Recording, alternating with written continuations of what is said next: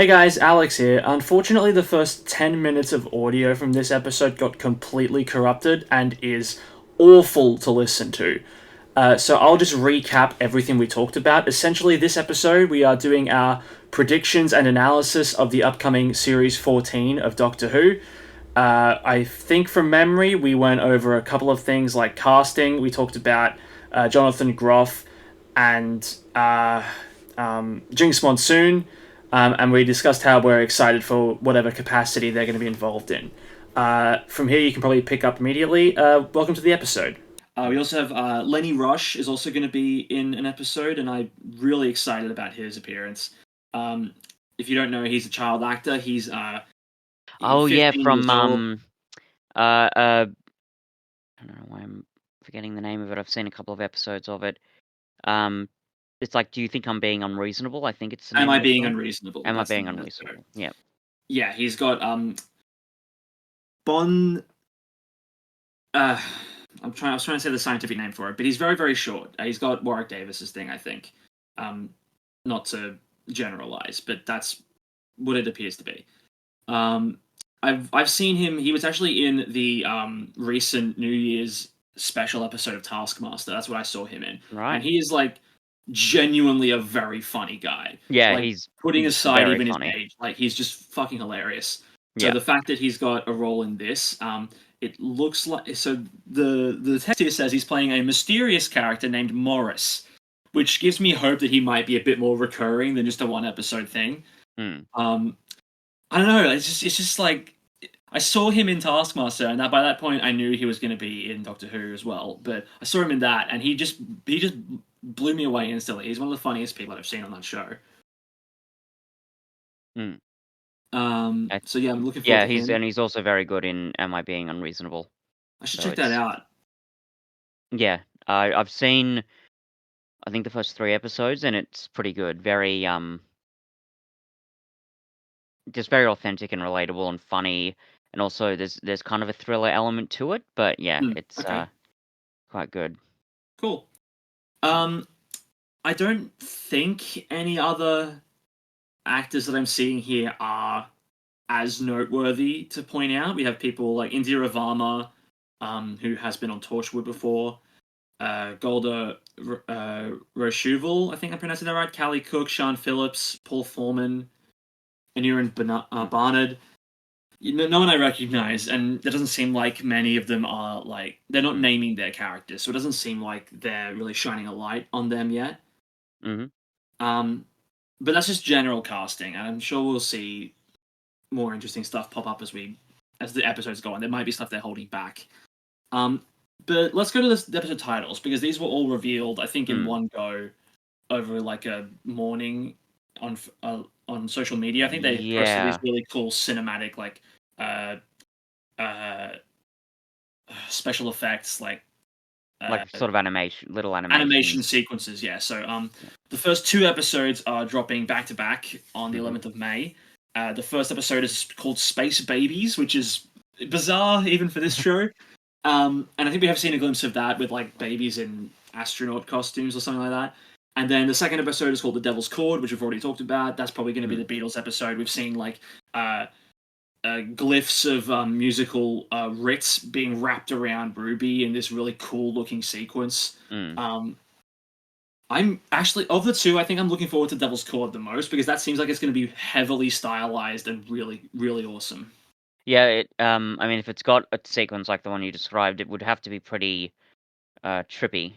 Mm. Um, even by Beatles Yellow Submarine standards. So, uh so that would be I think quite fun.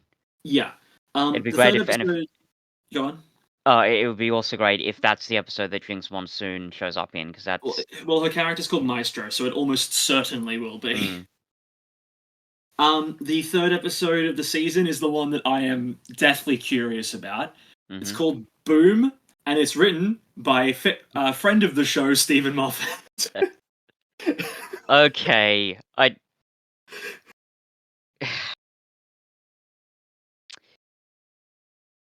yeah, so yeah, it's written by Stephen Moffat. Moffat's back. Moffat's back. Yeah, look, as any long-term viewer of this show, mainly our friend Hadley, would know, I have had some concerns regarding Moffat's writing, in particular his tenure.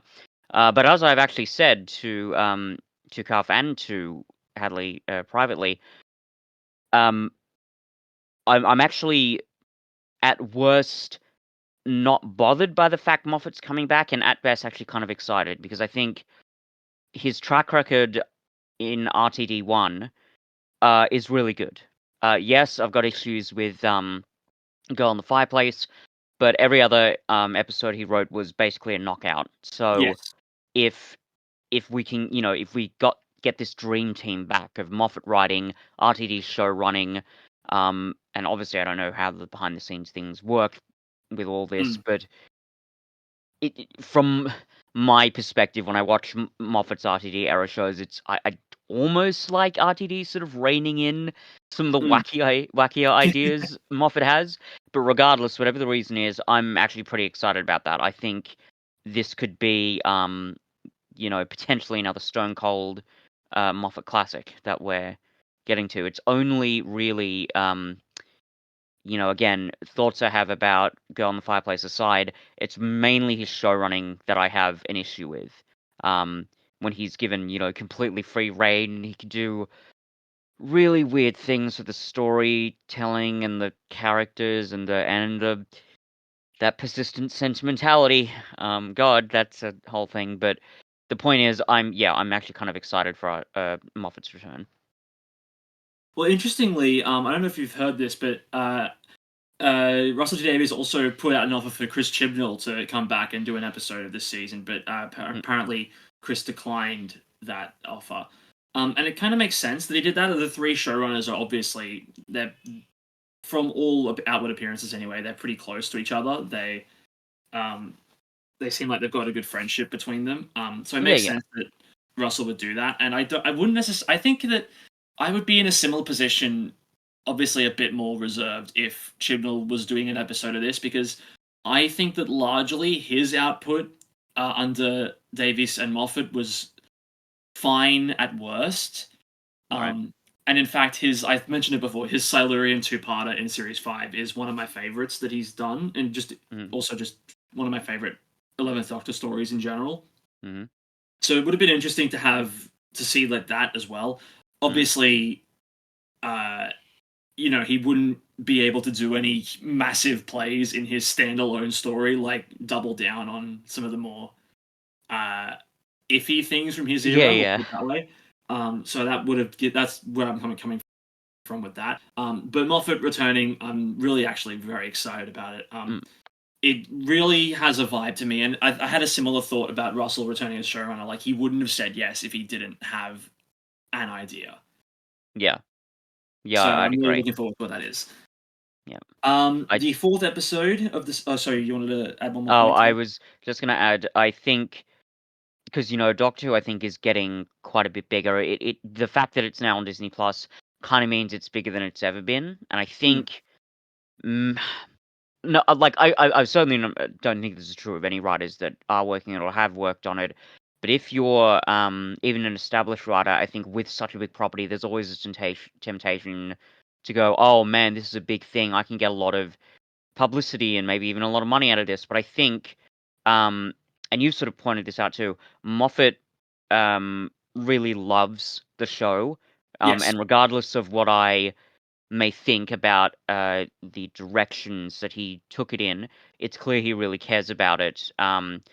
So, as you say, he wouldn't come back just for for the money, for the fame, or just because it'll be fun to write a story. No, I think he's got something in mind. And with a title like Boom, even though that is kind of somehow in line with Moffat's, I don't know, excess, shall we say? I think he feels may feel an almost responsibility to the show, and he's taking that seriously. So I think we honestly can probably expect some pretty cool things. And interestingly, Boom is one of only 2 episodes in this season to not be written by the showrunner, which is unusual for Revival Who. Yeah. It happened with Flux, but that's because it was a full Yeah, story all the it was way like a through all mini six. series. Yeah, we'll get to what the other episode is, but episode 4 it's called 73 Yards. No idea what that's referring to. I'm trying. Let me just. I'm actually should have done this earlier. I'm gonna bring up the little animatics that they made announcing the titles. Just to see if there's any hints that it can give us.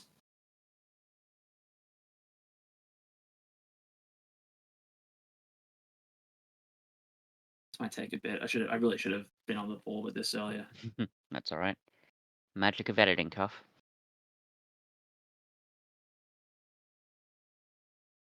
Nope, that's a different thing.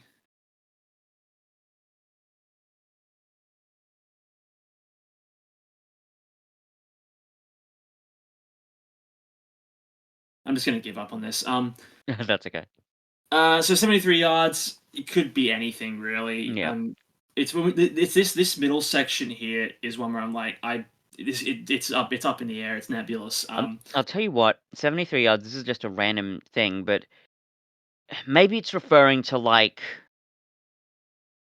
the length of the length of a street, maybe the length of Ruby Road or something like that. It sounds like one of those personal things that would be included as a piece of character development.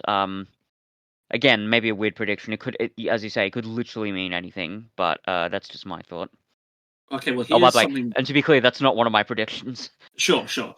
Well, this is interesting. So I've got some trivia on 73 yards right now, Ooh. and this comes from almost over a year ago when Russell was on a BBC Two radio show, and he said that this episode is one of the greatest things he's ever done.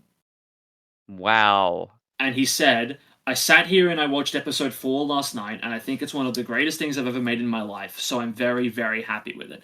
I think there's a Ooh. really solid chance that conservatives will hate this episode. I think That's that given, there is Cuff. I think there is a chance that him saying that means that he's put in some kind of like heavy themes that he's really resonating with and will be Yeah. really strong. But people who have zero media literacy will look at and go, "The show's never done this before. This is too woke." Oh God, just for the chance of sort of getting conservatives pissed off. I hope so. Yeah. But no, genuinely, if he feels that great about it, then that is quite exciting.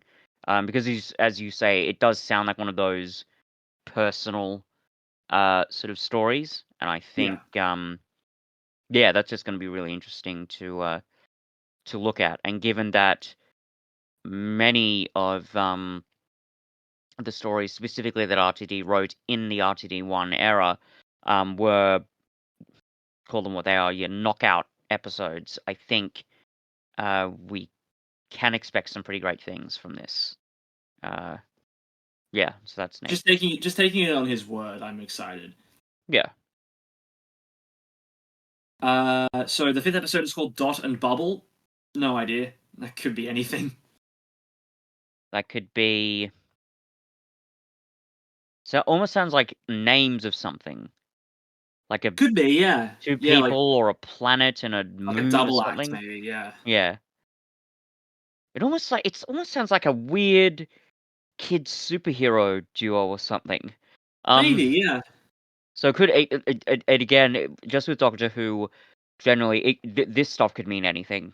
Like Yeah, totally. honestly, I know we've said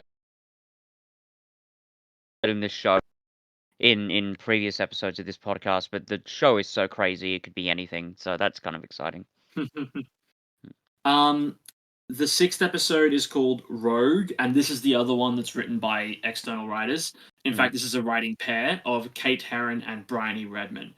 Now, I've got Kate Herron's stats with me. That name rings a bell. I don't know why, Well, but she directed the first season of Loki for Marvel. Right. She is directing season 2 of The Last of Us. She also Ah, directed a few episodes of Sex Education, and she, along neat. with Bryony Redman, is Mhm. writing and directing the upcoming The Sims movie. The Sims movie. Apparently, that's a thing. Yeah. Now, Bryony Redman, on the other hand, she doesn't have a Wikipedia, so it's less. Mm. It's more difficult to find stuff for her. She's Mm. acted in a few things. All of Mhm. them, most of them look like short films or something like that. Mhm. Writing and so she's written a few shorts as well. It looks like she's largely doing this with Kate because they're a team, Mm. like a new team kind of thing. Sure. I don't see any like major writing directing credits that Mm. that would lead to this outcome, but it seems Yeah. like the team is just doing it together. Yeah. Sure. Um, so it's called Rogue, and it looks like this is going to be the Bridgerton episode. It seems like that's the Right. most likely thing for that. That may have been what I was thinking of, but anyway, yeah, Maybe. that's certainly possible. Um. Um, and finally, the final 2 episodes are the only two-part story of the season. The first part is called The Legend of Ruby Sunday, and the Mhm. second part is called Empire of Death. I love that title so much. It seems like it's one of those like really classic, like generic in a good way Doctor Who titles, where it's Yep. just like thing of thing, and it's go run with it. It's just a cool sounding thing. Yeah. And it's Um, like, yeah, but even by that standards, it's so sort of melodramatic, really. yeah, yeah, It's not, invasion of the whatever. It's Empire of Death. yeah. Sounds like the name It's of a death metal record. That's just funny to me. totally, yeah. It sounds really bleak. Yeah, which I'm very curious about. Yeah. Um, I am a bit curious about like because based on the way this is the episode titles are structured, it seems like the first episode is going to be a bunch of really in-depth character stuff about Ruby and maybe explaining some of the Mm, things regarding her secret origins that were teased in Church on Ruby Road that we haven't figured out yet. And then the second one is going to be more okay. We've got a lot of that stuff out of the way. Now here's the tying elements from the season together, like Russell T Davies loves to do. Now we're bringing this to one big, massive conclusion. Maybe not tying off all the things about Ruby's character because we know she's coming back for season 15, but that seems based on the titles and the way they're structured, it seems like that's the most likely for me. yeah, yeah, sure. Um, Um, real quick, also speaking of season 15, um, have you been following that and the casting for that and stuff like that? not hugely closely. Maybe Mhm. small bits here and there. Cool. You So probably know more than essentially, I do. yeah. Well, during the season, so season 15 has been filming, and Mm, it started in October last year. Um, I think they're still filming now, but might be wrong with that. But there have been a lot of sightings of Shruti Gardwa with a different actor called Varada Sethu. I'm sorry if I'm mispronouncing that. mm, And it seemed like Millie Gibson was leaving mid season 15, and of course there were heaps of speculations about they had a falling out or this and that, or like mm. she's leaving the show for because she's not getting along with all this stuff that is like it's not necessarily coming from a bad place, but it does seem like a lot of it is like because even now there are people that are analyzing like interview footage and being like, "Oh, Shooty and Millie clearly don't like each other." It's like, no, you don't know that. Shut up. But what is actually happening is we are getting an additional companion in season 15, but Millie Gibson is staying on as well. So next season, at some point, Okay. we'll be jumping up to 2 different companions. Okay, because I heard I don't have a source for this, so Mm. um I heard that she was only going to be sticking around for this upcoming season, like a one and done sort of a Mm. deal. Well, I think that was initial speculation. I think, and I think when a Right. lot of this stuff started to come out, the story for a while was she's going to stick around until like halfway through season 15 and then leave, and then this new companion is going to come in. The Okay. official word now is that it's a 2 companion season. Oh, okay, cool. Nice. Yeah, and it's going to be interesting because especially if this season like brings a lot of that Ruby stuff to a close, it'll be cool to have her stick around without the mystery, but then bring in this new companion that we can also focus on. Kind of doing the flux thing with Yaz sticking around, but then Dan coming in. Except Yaz was underdeveloped the entire time. Yeah. But no, that's cool. And I'm glad that was confirmed because that I didn't know about that. Yeah. But that sounds really neat. Yeah. What else? What else? Beyond, I think that's most of the production stuff that I can find. Although it is interesting, I'm seeing here that they recently had the blue carpet premiere of the first couple of episodes of the show. Like they had a big event thing, and during that, a replica of the TARDIS appeared in Disneyland, California, and the cognitive dissonance of that is still kind of like I'm still like struggling to marry those concepts together. Like, just imagine like going to Disneyland and walking around and being like, "Oh, look, there's Pirates of the Caribbean. Oh, hi, Mickey," and then whoa, the TARDIS. It just doesn't fit. Yeah, a little bit. I mean, yeah, I'm not complaining. Like, I'm not one of those people who's like, "Oh, Disney Plus is ruining Doctor Who." Of course it isn't, and I can't believe there are still people who think that Disney has any sway whatsoever in content of this season. It just isn't the case.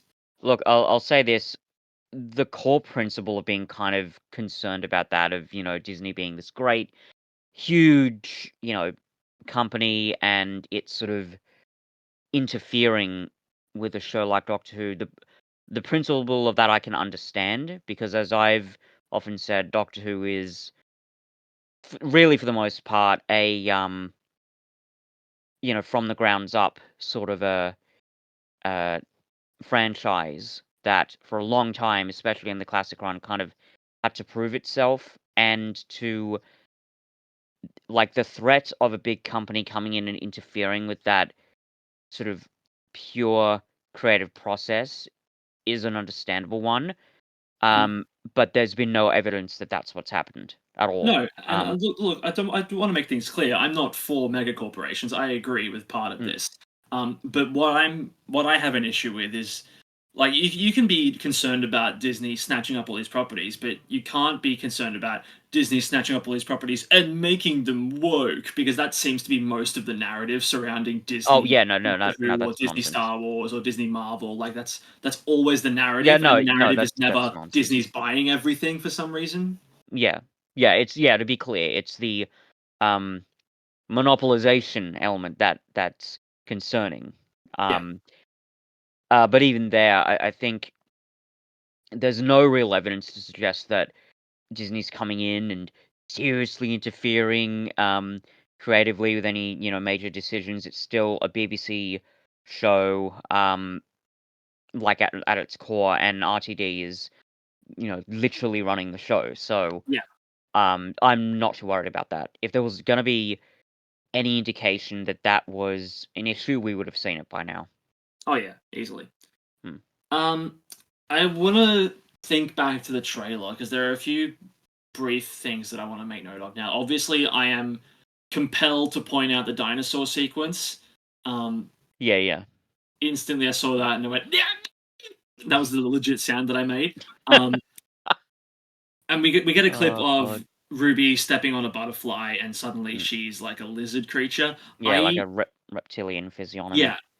I think that I'm fairly certain that's one of the first scenes of the first episode, and I don't think that she's actually going to be reptilian. I think it's just going to be like she steps on the butterfly, and the Doctor briefly sees her as a reptile, then blinks a couple of times, and then she's normal again. And it's just going to be a funny sequence. I don't think it's going to be the content of an episode, purely because like I don't know which of these titles an entire Lizard Ruby episode could refer to, unless it's the Legend of Ruby Sunday for some reason, and that's the big thing with the finale. That would be funny. I mean, I wouldn't say no to that, but I don't think that's the case. Yeah. We've also seen a few clips of Ruined Earth, or Ruined London specifically. I think that might be Well, actually, they're in their Bridgerton clothing and that. So my thoughts are that is like the last scene of Rogue, and that's going to lead into the two-part finale, where it's like Yeah, they go from Bridgerton to the future, and then whoop, Earth's destroyed. Let's fix this in the two-part finale. yeah. I mean, there's a lot of sort of like I think there's a fair bit of conversation even in the trailer about like other dimensions sort of merging with our one, and I think there's I'm completely butchering this, but there's like a line where it's like, oh, things are about to get a lot more fantastical or something. Supernatural, I think, is the word. Supernatural, yeah. So if there's some sort of dimensional merging, that's probably what that shot was referring to. The final shot of the trailer I want to really spotlight is the one where the TARDIS is sitting on a cliff, and it's Mm. clearly been there for a while. Like the paint is fading, and Mm. like there's grass and weeds and stuff growing up around it. And I want to Mhm. highlight that because that shot is fucking gorgeous. Yeah, it was pretty good. And I'm really looking forward to seeing what the emotional weight of that shot will be, Yeah. because I feel like that could be something fantastic. Like losing the TARDIS, the idea of losing the TARDIS for even like an episode is always a bit scary, but to see it like to this extent, Mm.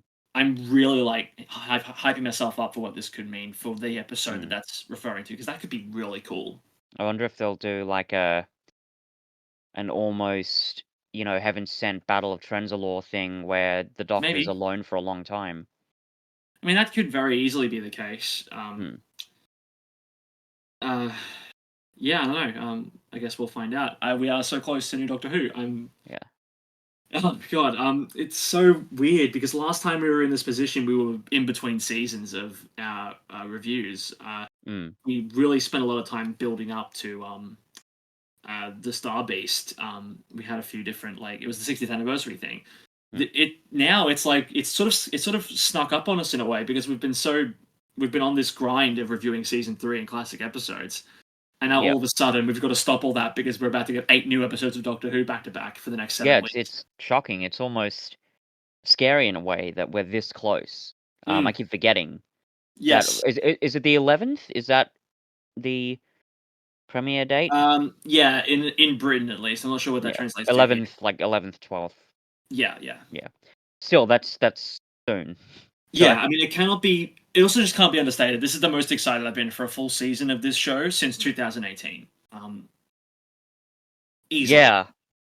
Like, even as the Chibnall era was initially coming out, I was a fan. But even when season 12 was close to being unveiled, I wasn't nearly as excited for that as I am for series Yeah, 14. yeah. Yeah, for sure. Um, And this is the most excited I've been for a very long time. yeah, I can imagine. Yeah. Um, Oh boy. I think we should jump straight into our predictions. There are a couple of other things I wanted to bring up. Sure. Just brief little things from the trailer. One was it was two shots.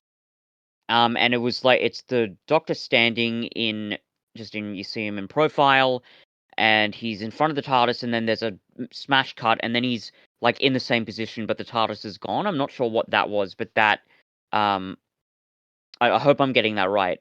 Some, I think he was in front of the TARDIS, but anyway, Right. that smash cut, it just seemed really interesting, and I don't know whether that's how it's going to look in the episode, but I uh am hopeful they're going to do something a little bit wacky with that. If the TARDIS disappears for a time, that could be interesting. Hmm. Yeah. Well, The other, that's maybe how we get that shot on the cliff. Maybe it yeah, disappears, yeah, ends up. Maybe they pull a sure. ghost monument and the TARDIS goes somewhere random in the Mm. universe. Um, the other thing I want to bring up is there's that one line where the Doctor says, correct me if I'm wrong, it's something like, "I will leave you as a in dust" or something like that. I'm Something like that, probably yeah. completely butchering that, but you know what I mean, that line. Yeah. And I Yeah. love that because it is sort of hinting at some of the darker elements of the character, which I'm always Yes. interested in exploring. Yeah. Um, and I think especially for such a, for season one, quote unquote, the fact that they're being that bold is actually Hmm. really exciting Well, because it's also reminiscent of that shot of the Doctor screaming out into open space from the TARDIS door. mm, That's a similar feeling of that he's like that darker side to the character, mm. and this is the version of the Doctor that has been through therapy, but that doesn't mean it's all gone. Yeah, no, and we got hints of that Yeah, in the Church on Ruby Road. The fact that he's not willing to really discuss uh his home world still. Um, there's that darkness. I think is a very important part of the Doctor and always has been. Um, so it's really great that that's being uh flagged this mm, significantly even in the trailer. yeah, It that in combination with Ncuti Gatwa's performance makes me very excited that this is going to be like a really good, solid take on the Doctor, even beyond what we've already seen. yeah. That it's going to be well rounded and driven by really good, nuanced characterization. So that's very exciting. Cool. Yeah, I'm thoroughly looking forward to it. Now, Yeah, yeah. if you haven't seen one of these prediction videos before or podcasts before, myself and Fitz have both prepared 5 sweeping predictions for the series 14 of the show, and we are going to assign each other's predictions a numerical point value, usually somewhere Mm. between 100 and I think the upper echelon we hit a million for like some really off the wall predictions. The Yeah, idea yeah, being the more points a prediction is assigned, the more unlikely it is. yeah. We'll be keeping track of these points throughout the season. There's never been a prize for this. It's just a bit of pride and bragging rights, I Yeah, guess. yeah. Um, it should be noted you already have a 500-point head start on me. That's We right. One made of the we few made a bets I've ever won in my life. yeah, we made a bet at the end of Church on Ruby Road on whether or not Mrs. Flood was going to be a central figure or a mystery character for the rest of the show, or if it was just a whimsical thing because it's the Christmas special. I was of the opinion that it was probably going to be, or not probably, but it might have just been a whimsical thing and people were just speculating for nothing. But I think that might have been largely because I'm sort of over fandom speculation at this point, which is rich given what we've been doing for the last half hour.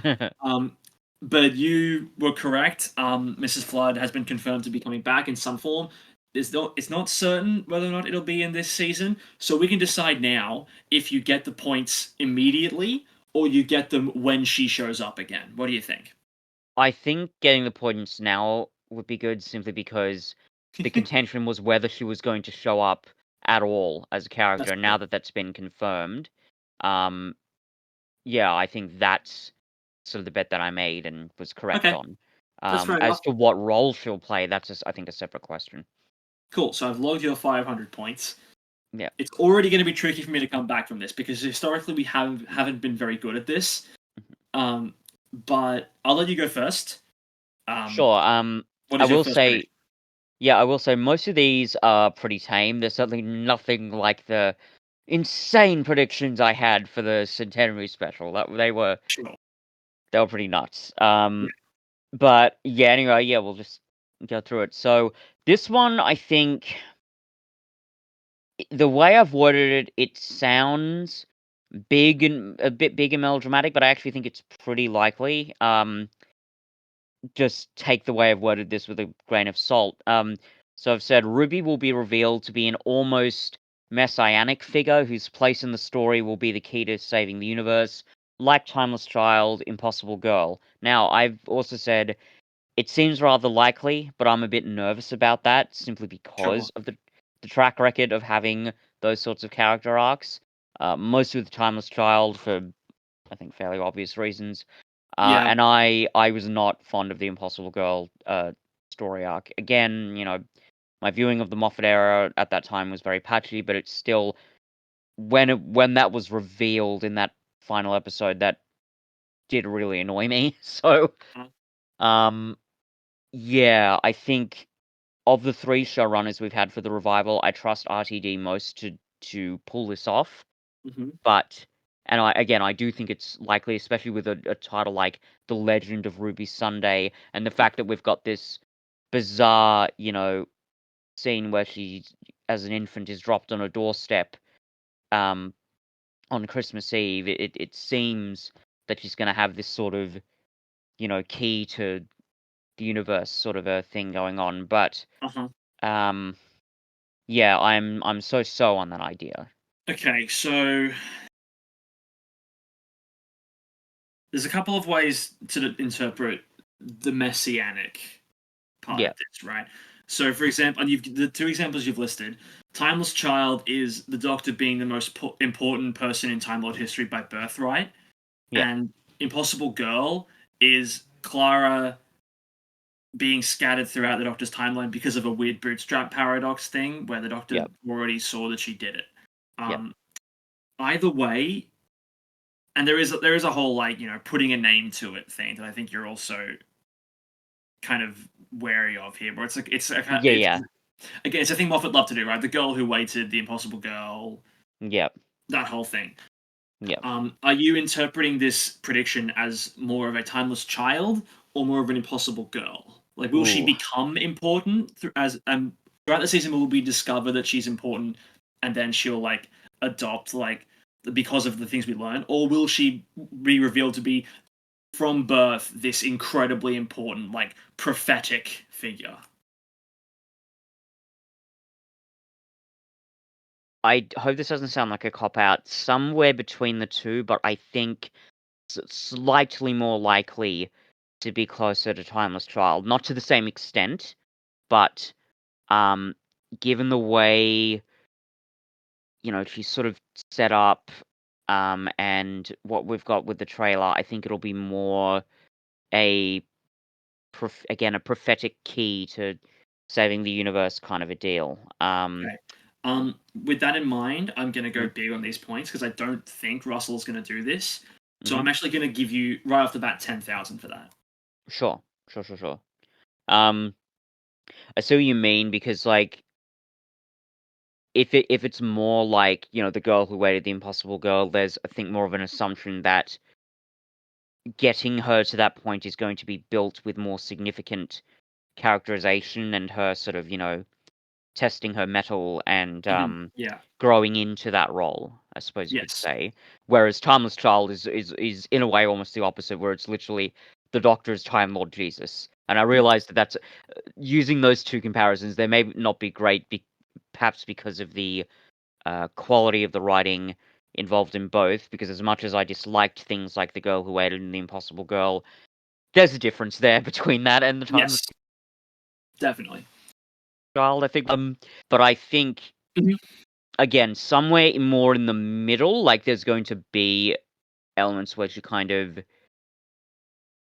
like, okay, let me put it this way. It's almost like I don't know if you've watched a lot of it, but Avatar: The Last Airbender, you've got, the Avatar, the one who's going to unite all the four nations and save the world.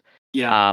But there's also a lot of very important characterizations that Aang has to go through to get to that point. I'm thinking something like that, if that Okay. makes sense. So Okay. with I the getcha. framework of Chosen One, but Mhm. also with that careful characterization, which is really important, Okay. because it's so easy to screw up Chosen One stories, I think. Yeah. Totally. Um, Um. so yeah, so that's probably what I had in mind. Okay. I'm gonna leave it at 10,000. Sure. Just because I think it's gonna be a bit more. Um. I think we're gonna find out that and this isn't one of my predictions, but my thing is just going to be that like Ruby's mum was just like we're going to find out like a really humble origins kind of thing where it's like Mhm. she wasn't anything special as a baby. She just had a parent who couldn't look after her, Mhm. um, and she has dealt with. Oh, someone's got a huge penis. Um, she's. I hope you heard the motorcycle revving outside. Otherwise, that sounded I'm really. sorry, what? Oh, she what? No, sorry, there was a. I thought you might not have heard that. There was a big motorcycle rev that went right past my screen. It was incredibly loud, and my initial response to anyone who does that is always, "Wow, look at the penis on you." Um, so yeah, no, that wasn't my thought. Ruby's gonna be like, "Wow, look at that massive cock." No, that wasn't my thought. Sorry, that was tough. In the nearly 16, 17 years of knowing you, that is one of the strangest things I've ever heard you say in any conversation ever, and that includes a lot of the plays we've been involved with. So Wow, so even you're saying that even fictional lines of dialogue don't beat that what I just said. if we're comparing if we're taking in who I know you to be as a person, yeah, that was pretty fucking wild. That was Okay, well, certainly I'll take it. the most out of pocket thing I've ever heard you say.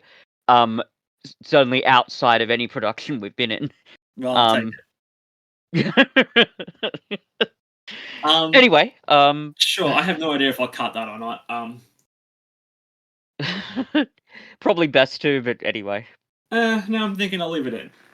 Um, so yeah, my All right. thoughts are that we're gonna find out there's going to be very little importance surrounding Ruby's birth mother, and I think the message is more going to be, despite how rough of a time she had it as an infant, look at the person she's become, and that's Mm. kind of what the Church on Ruby Road was about. But I think we're going to really delve into that a bit more with this, and I think Legend of Ruby That would Someday, make sense.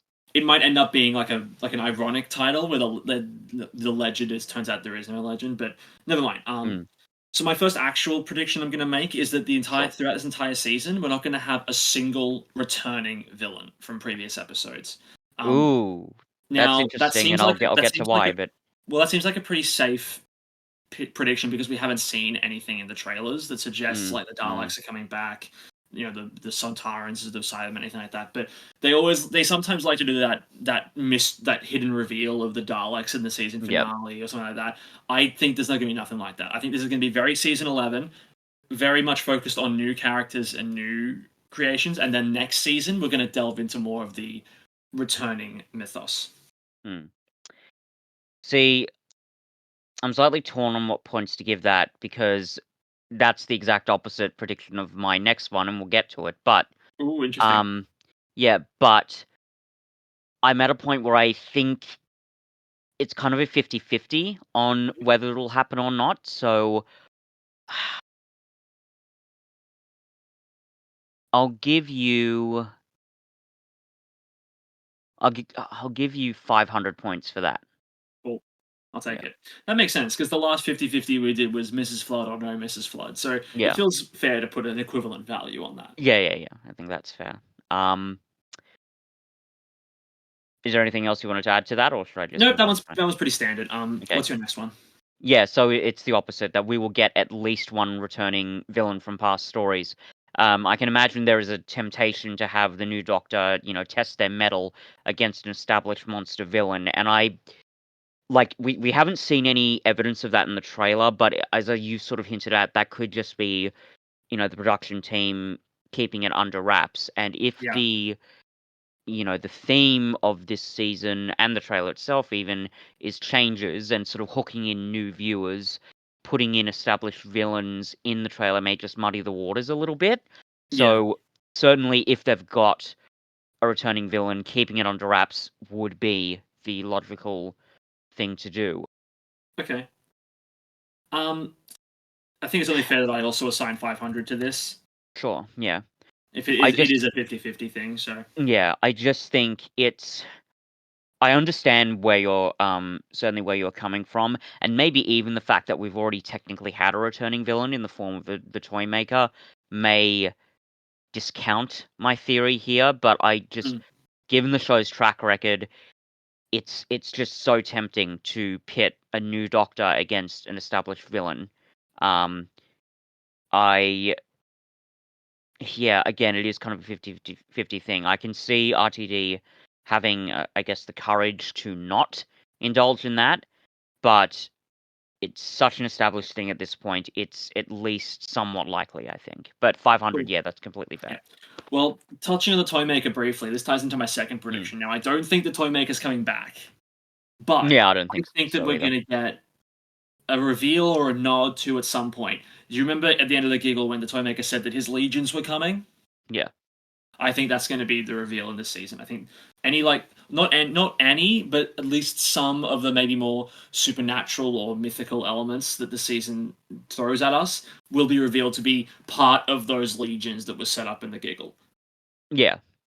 I think that's very likely. Especially like I could imagine, the Maestro being part of these legions. Hmm, totally, Just yeah. like, the toy maker, the Maestro, um very strange villains that I mean, again, I can only judge on the trailer, but based on what it showed, the Maestro seems to have like quite a lot of power.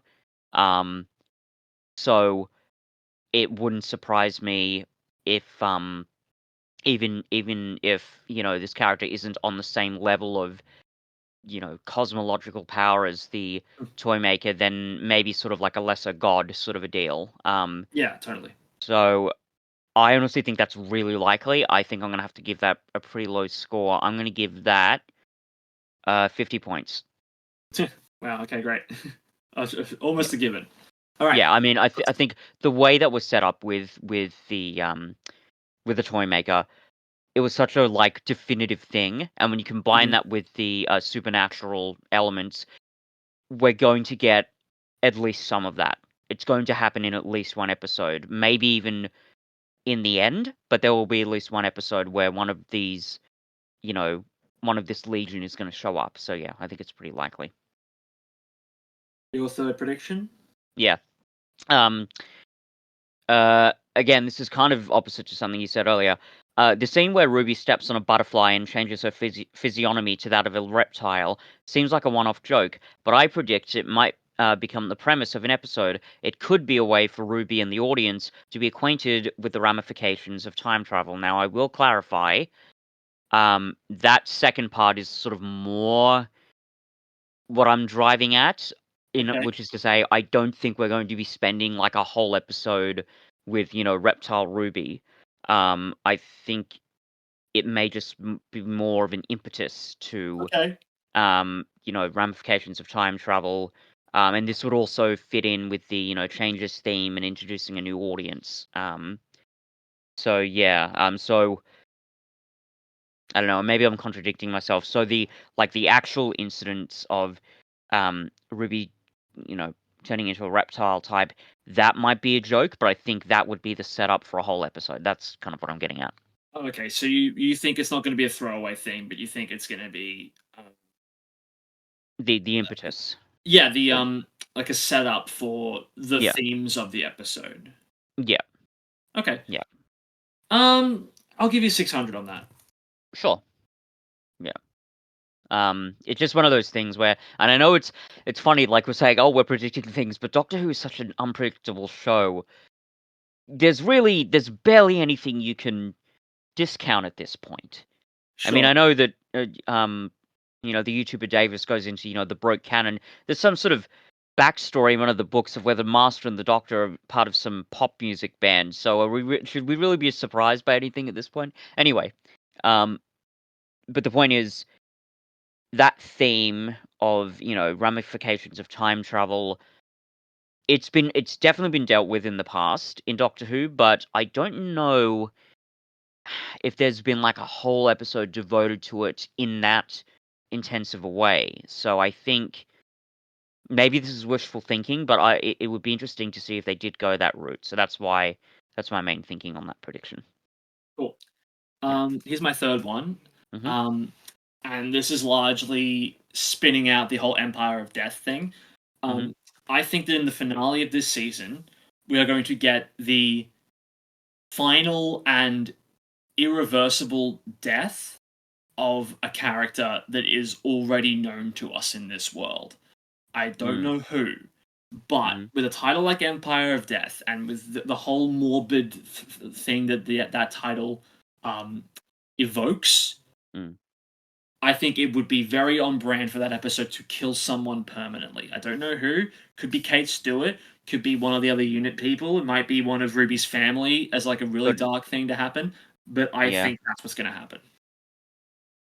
I think that's honestly like a fairly safe bet.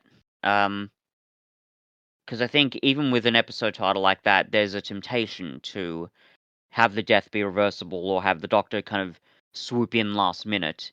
Um, almost similarly to Wild Blue Yonder. But Well, it's also um, like very rare in Doctor Who that we do get permanent side character deaths that aren't like companion exits. The only one that I can really think of right now is it's Grace. in the woman who fell to Earth. Yeah. You could argue that Danny Pink's death was that as well, but he was like a semi companion that season. So, and also like that whole thing was really poorly handled anyway. So I don't really Mhm. count it. Well, Um, even with Adric, right? That is a companion exit, and yes, that's still rare, right? yeah, totally. Um, there is also I can't remember exactly, but basically, um, it's I think it's quite grim, but Perry dies during the Trial of the Yes, Time Lord season. yeah. That's how Mel came into the picture. I mean, not literally with her death, but that's how that story is when she showed up. So I, hmm, if it wasn't the last, 2 episodes of this season, I might have to disagree with you. But given that it's, last episode of this, one of the last episodes of the season with a title like that, and the fact that permanent companion deaths are so rare, and also the fact that we've already gotten a glimpse in the trailer of the Doctor's dark side, I actually think that is pretty likely. So I'm going to give that. I'll give it 150 points. Not guaranteed, but pretty likely. I was going for big ones. I didn't think I'd be okay. I was expecting a huge score there. Hmm. I'm only like half believing in that myself, but Actually, you know what? No, I'll revise that. I'll give it. okay.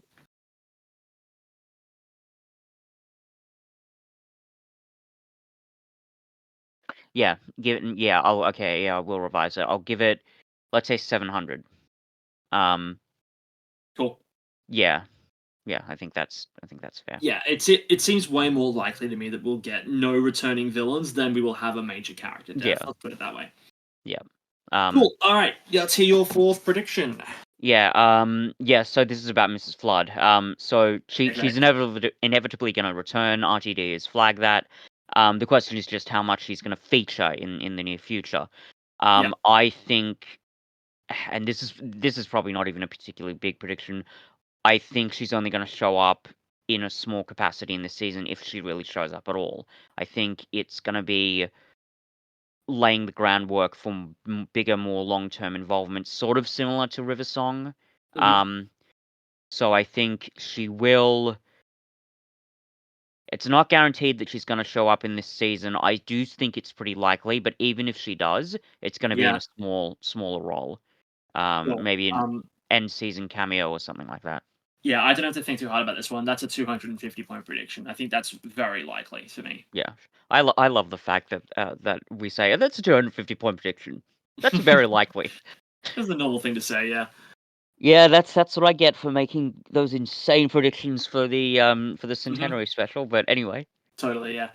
yeah. Okay, here's my fourth one, and this Hmm. is a bit contradictory to a prediction I've already made, but I am kind Hmm. of hedging my bets, so that's why. Sure. And for all intents and purposes, I think this one is less likely. Uh-huh. I think that at some point we will get the reveal that one of the characters we've been following is the Master. Based Right. on the tease at the end of the Giggle when the gold tooth was picked Mm. up. Hmm. Um, and it's sort of in a similar vein to when Sacha Dhawan's character was revealed as the Master in Spyfall. Right. So something along those lines, where something that we've thought was true isn't true, and the Master is behind it. Yeah. That if any character is a returning villain, for me, it's most likely going to be the Master because we've already had that tease. Yeah. And with the that weird callback where you had the woman's hand with the Yes, um yeah picking up the gold tooth. the tooth. Yeah, Um. And I mean, like, I think it's tempting in those moments to make it just kind of a joke and not have it tease something, but I just think with RTD's history, that's inevitably got to lead somewhere. And yeah, like even if it's not super likely to happen this season, um, it's certainly not impossible. no, With that said, I'm gonna give that. I think I'm gonna give that 400. Yep, well, yep. and I got to be Um, big. I'm already so many points behind. I haven't actually worked out my fifth prediction yet. I need to work out something that is outlandish but likely, so that I can really get those points back up. All right. Well, Yeah. what's your fifth prediction? What are you going to do? This one's a little bit interesting. So it's kind of a two-parter. So we'll decide how to deal with it once I get to the end of it. So David Bradley's first Doctor will make an appearance, specifically in Moffat's episode. The major theme of the trailer is changes, emphasizing the new thematic and creative directions the show is taking. Moffat, ever the nostalgic romantic, may be tempted to bring back the first Doctor as a kind of passing the torch to Gatwa sort of a deal, while also indulging in his nostalgia. Okay, I highly doubt that a one-off writer in this season will get permission to use a classic Doctor if there wasn't some larger thing at play in the full season. I don't think Moffat will have been able to slip that under the radar. And also, we already had a passing of the torch to Gatwa with David Tennant in With the yeah, I'm not and also that listening. little clip from the revised version of An Adventure in Space and Time. Yeah. Technically. So yeah, Yeah, I very much think that this is not going to happen. So I'm going to give you huge points on this one. This is a sure. 500,000. 500,000. 500,000. That's That's how crazy. confident I Yeah. am that you're not. It's not Yeah, going to fair happen. enough. Although to be fair, when's Moffat's episode in the It's order? Is it third. okay? Yeah, that also probably makes it less likely. Yeah, it's a If very it weird was spot to put it. if for some reason if he'd been lucky enough to get like an end of season episode, maybe that might make it more likely. But given it's episode 3, randomly putting in like David Bradley, and also let me be clear, I mean his Doctor actually being in the episode, not just like a clip from a Yeah, totally. compilation or something. Yeah, that honestly was pretty likely. I knew what I said that I knew I was swinging for the fences, but I think the Moffat bit, I'm like, if any writer is going to have the spine to do that, I think it's going to be Moffat. I love that even though you have it, you're like cautiously optimistic about it. You're still being like, no, I don't trust the man as far as I can throw him. He's going to completely buck the Oh no, trend of this no, dramatic way to the look! season. It's not that, and I guess I don't know. It is similar to what I said earlier, like the fact that he's under RTD. Obviously I don't know how the behind the scenes development of these episodes go, but I can imagine that he's like, "Hey Russell, reckon we could bring David Bradley back," and Russell just saying, "Whoa, let's just slow down there, son." That's a bit wacky. So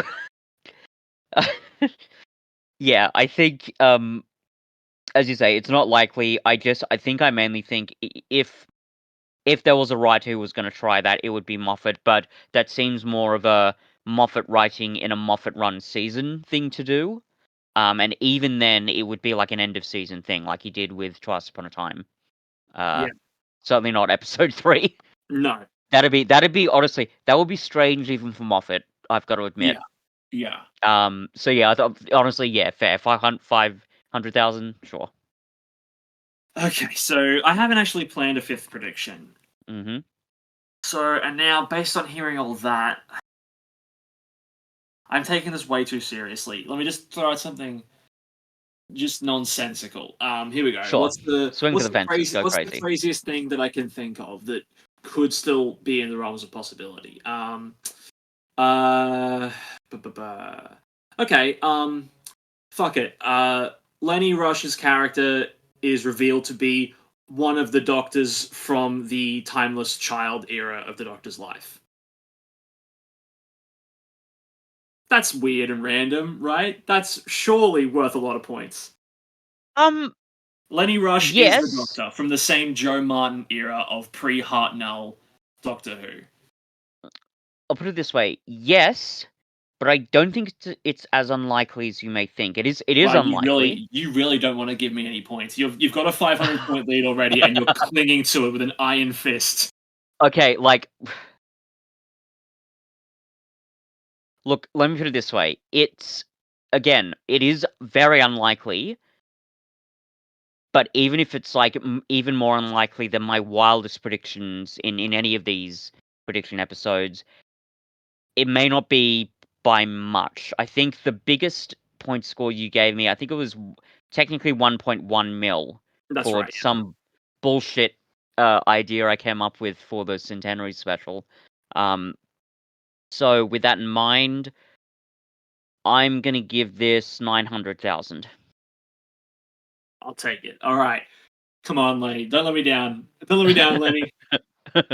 I have to save face from Mrs. Flood. Give me this swing back up. All right. So with that, those are our predictions. We'll be keeping an eye on those over the next 8 episodes of the podcast. Mhm. You're already 500 up on me, as I've mentioned a Mhm. couple times now. It's not weighing. Yeah. It's not weighing on me at all. It doesn't keep me up at night. So Yeah, I'm sure it doesn't, Cuff. nah. So, um, before we, before we lead into the outro for this episode and the lead into the next, obviously next week's next Sunday, I believe, is the double drop of Mm. Space Babies and The Devil's Chord. Hmm. We'll be trying to record our episodes for those as soon as we can Mhm. after the episodes air and try and get them up during the week. And if you're listening to this at the time of upload, we will be a little busy over the next couple of weeks. And if you're in the Wollongong area, we just want to quickly plug the show that we're both currently in. I didn't tell you I was going to do this, but it just makes sense. Myself and Fitz are both in a production of, actually by the time of upload we'll have already had a full weekend of the season run. The show is Dracula: Last Voyage of the Demeter. If you're familiar with Sandspence Radio, it's actually Sean Carney who wrote the show that we're currently putting on. Fitz plays a capitalist. I play a sociopath. It's the roles we were born to play. So Hey, now, Cuff. I take offense to that. I'm not some sort of greedy, money grubbing. You know what? I mean, I am on the show, but that's besides the point. yeah. So like I said, if you're in the Wollongong area and you haven't bought your tickets yet, you can find the show by looking at the Dire Theatre Company on social media. You'll find links there. Yeah. It's a really great show. I'm really proud of it, and seeing it throughout Tech Week, Yeah, I'm really happy with. Despite my slight. Sorry, go ahead, Cuff. No, that was the end of my thought. Despite my slight shock there, no, it's been a really good experience. I think it's a very good show, and yes, please come and see it, because I think it's going to be really neat. Yeah. So it's running for 2 more weekends. It closes on the 18th of May. Yep. So if you're listening to this podcast after that date, you did miss out, unfortunately, unless you've already come to see it, in which case, thank you. Mhm. But yeah, there's still plenty of time to get tickets if you are listening to this in that little window. Mhm. And next time on the podcast, we'll be reviewing the Series 14 opener, Space Babies. Yeah. Until then, I'm Alex. I'm Fitz. And Season 14, baby. Let's do it.